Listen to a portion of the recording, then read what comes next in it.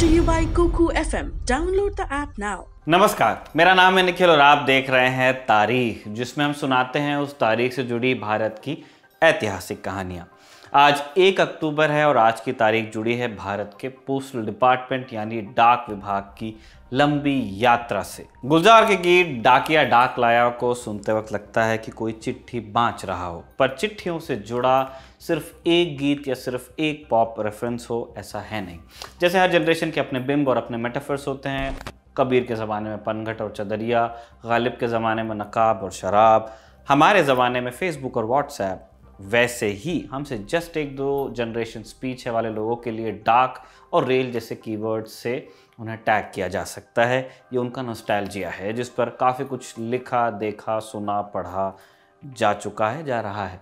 Letter box से लेकर चंद पैसों के पोस्ट कार्ड हों या फिर शब्द बचाने के लिए टेलीग्राम में व्हाट्सएप जैसे शब्दों का छोटा करने की कला, ऐसी किसी भी बात को हम अपने बुजुर्गों के साथ शेयर करेंगे तो वो हमें हज़ारों 500 किस्से सुना देंगे आराम से। और फिर नए दौर को कोसते हुए ये भी कह देंगे कि अब न रहे वो पीने वाले, अब न रही वो मधुशाला। वैसे इनमें से कुछ बुजुर्ग ये भी कहते हैं कि अंग्रेज हिंदुस्तान को 2 बड़े काम की चीज़ देके गए, एक थी रेल और दूसरा इंडिया पोस्ट यानी भारतीय डाक, पोस्ट ऑफिस। हालांकि किसी से छुपा नहीं है कि अंग्रेज़ों ने डाक विभाग और रेलवे दोनों अपने व्यापार, संचार और युद्ध नीति को बेहतर बनाने के लिए शुरू किए थे। इसका फ़ायदा उन्हें मिला भी। मिसाल के लिए 1857 की क्रांति को कुचलने के वक्त टेलीग्राफ ने अंग्रेज़ों की काफ़ी सहायता की थी। अगर शुरू से शुरू करें तो लॉर्ड क्लाइव ने पहली बार साल 1766 में डाक सिस्टम की शुरुआत की। इसके बाद कलकत्ता में 1774 में वॉरेन हेस्टिंग्स ने पहला डाकघर शुरू किया। 1786 में मद्रास और 1793 में बम्बई में भी डाक खाने खोले गए। 1837 को इन तीनों डाकघरों को संयुक्त रूप से काम करने के लिए एक एक्ट लाया गया और ऑल इंडिया पोस्ट सर्विस शुरू हुई। आज़ादी के बाद पोस्टल डिपार्टमेंट को आम लोगों की ज़रूरतों के हिसाब से ढालना शुरू किया गया। आज़ादी के वक्त जहां भारत में सिर्फ 23,000 के करीब डाकखाने थे, वो भी ज़्यादातर शहरी इलाकों में, वहीं आज इंडिया पोस्ट सर्विस के 1,55,000 से ज़्यादा पोस्ट ऑफिस हैं, जिनमें से करीब 90% यानी 1,40,000 पोस्ट ऑफिस ग्रामीण इलाकों में हैं। पिन कोड की शुरुआत 15 अगस्त 1972 को हुई थी। तब से Indian postal department pin code यानी पोस्टल इंडेक्स नंबर पर काम करता है। इसके तहत देश को 9 ज्योग्राफिकल पार्ट्स और 22 डाक सर्कलों में बांटा गया है। 1 से 8 तक के ज्योग्राफिकल पार्ट्स पब्लिक डोमेन में आते हैं, जबकि 9वां नंबर इंडियन आर्मी की पोस्ट सर्विस को डेडिकेटेड है। पिन कोड का 3रा अंक जिले को दर्शाता है, जबकि पिन कोड के आखिरी 3 अंक किसी जिले के किसी खास पोस्ट ऑफिस को अलॉट होते हैं। डिपार्टमेंट के अंदरूनी कामकाज की बात करें तो हर सर्कल की जिम्मेदारी एक मुख्य पोस्ट मास्टर जनरल के पास होती है। हर सर्कल को अलग अलग इलाकों के हिसाब से डिवीजन और फील्ड यूनिट्स में बांटा जाता है। इसके आगे एसपीओ यानी सब पोस्ट ऑफिस और मेन पोस्ट ऑफिस होते हैं। Circle, stamp depot, postal store depot और मेल मोटर सर्विस जैसी कई फंक्शनल यूनिट्स भी होती हैं जो अलग अलग सर्कल्स में काम करती हैं। इन 22 सर्कलों के अलावा फोर्सेस के लिए भी एक अलग बेस सर्कल है। एक मेजर जनरल रैंक का ऑफिसर इसका डायरेक्टर होता है।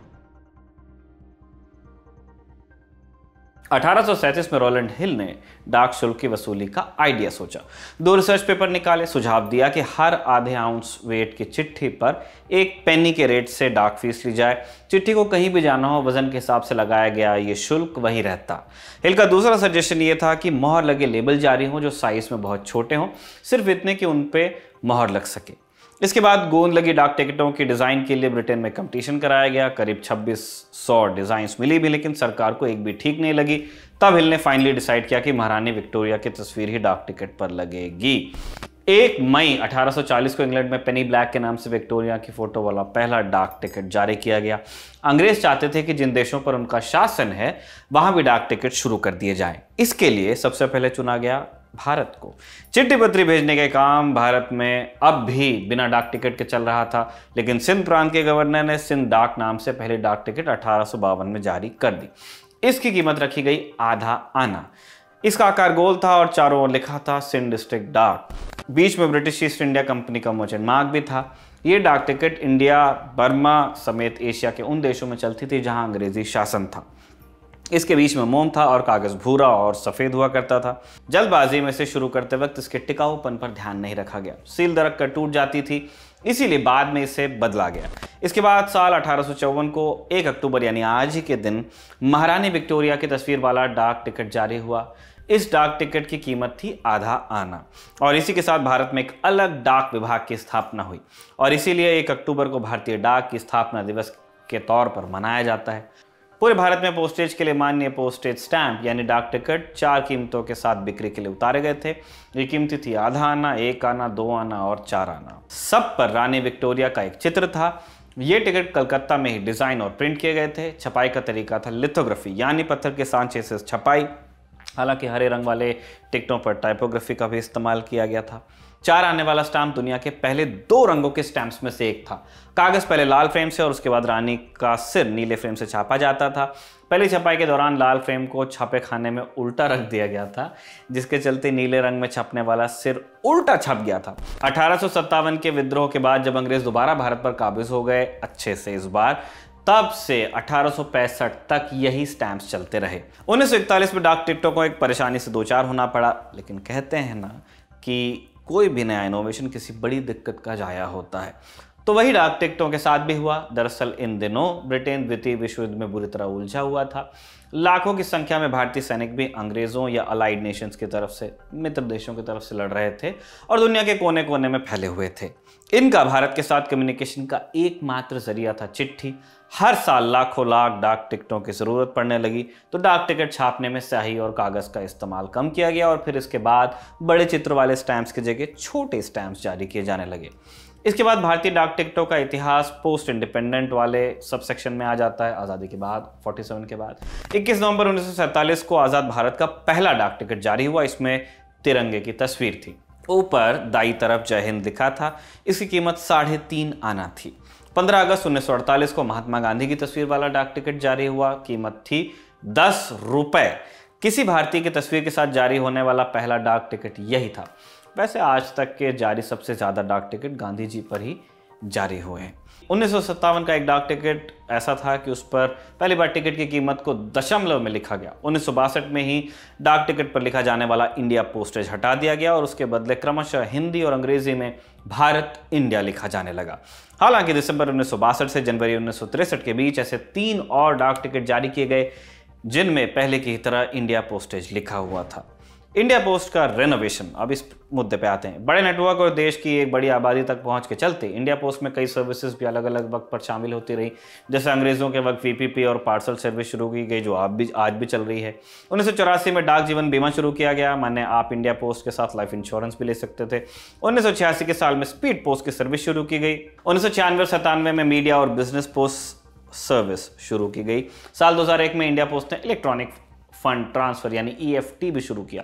इंडिया पोस्ट 2002-3 में इंटरनेट बेस्ड टैक्स पे ऑप्शन भी ले आया। 2004 में ई पोस्ट ऑफिस और लॉजिस्टिक्स पोस्ट जैसी सेवाएं भी शुरू हुई। राष्ट्रीय ग्रामीण रोजगार गारंटी स्कीम यानी NREGS, वैसे इसके आगे महात्मा गांधी का भी नाम लगा हुआ है, मनरेगा हो गया है, के लाभार्थियों को डाक खाने की बचत खातों के जरिए सैलरी दी जाती है।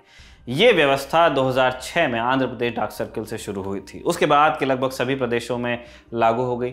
इसके अलावा डाक विभाग नाबार्ड के साथ मिलकर स्वयं सहायता समूहों के लिए सूक्ष्म ऋण यानी माइक्रो क्रेडिट सर्विस मुहैया करवा रहा है।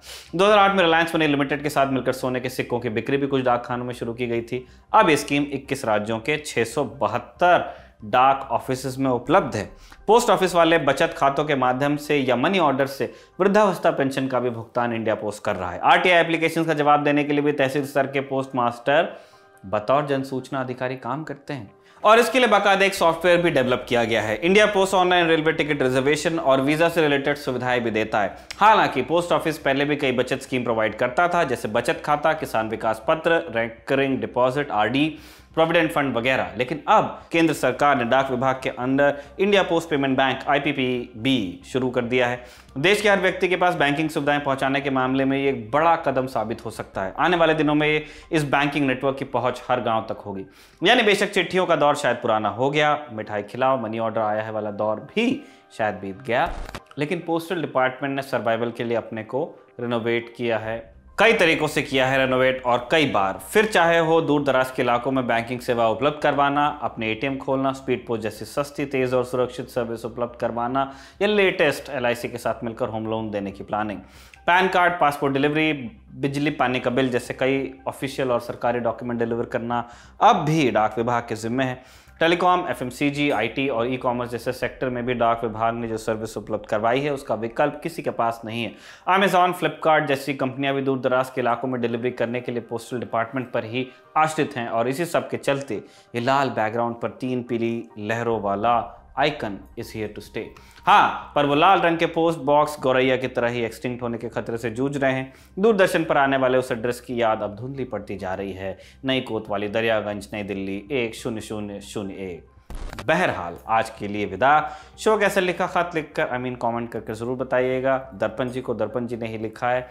बता आप सकते हैं राशिद को भी, जिन्होंने कैमरे पर रिकॉर्ड किया है, और अगर आप उनको बताना चाहते हैं जिन्होंने एडिट किया है तो उनका नाम आपको डिस्क्रिप्शन में मिलेगा। इसके अलावा एक और सूचना है, कल है गांधी जयंती और इस उपलक्ष्य पर हमारे स्पॉन्सर कुकू एफएम लाए हैं एक खास ऑफर, गांधी 50। इस कूपन कोड को इस्तेमाल करके आप पा सकते हैं प्रीमियम सब्सक्रिप्शन पर 50% की छूट। गांधी जी के जीवन के बारे में जानना चाहते हैं तो कुकू एफएम ऐप पर आप उनकी आत्मकथा, माई एक्सपेरिमेंट्स विद ट्रुथ और इंडिया आफ्टर गांधी जैसी कई किताबें पढ़ सकते हैं। इसके अलावा कुकू एफएम ऐप पर आपको मिलेगी देश, दुनिया, समाज, सिनेमा, साहित्य समेत तमाम विषयों पर ऑडियो बुक्स का खजाना। GANDHI 50 गांधी 50 कूपन कोड केवल 2 अक्टूबर तक वैलिड रहेगा। इसके अलावा LT20 का कोड आपके पास पहले से है, इसका इस्तेमाल करके आप भी प्रीमियम सब्सक्रिप्शन पर 20% की छूट पा सकते हैं। देखते रहिए दी लंदन टॉक।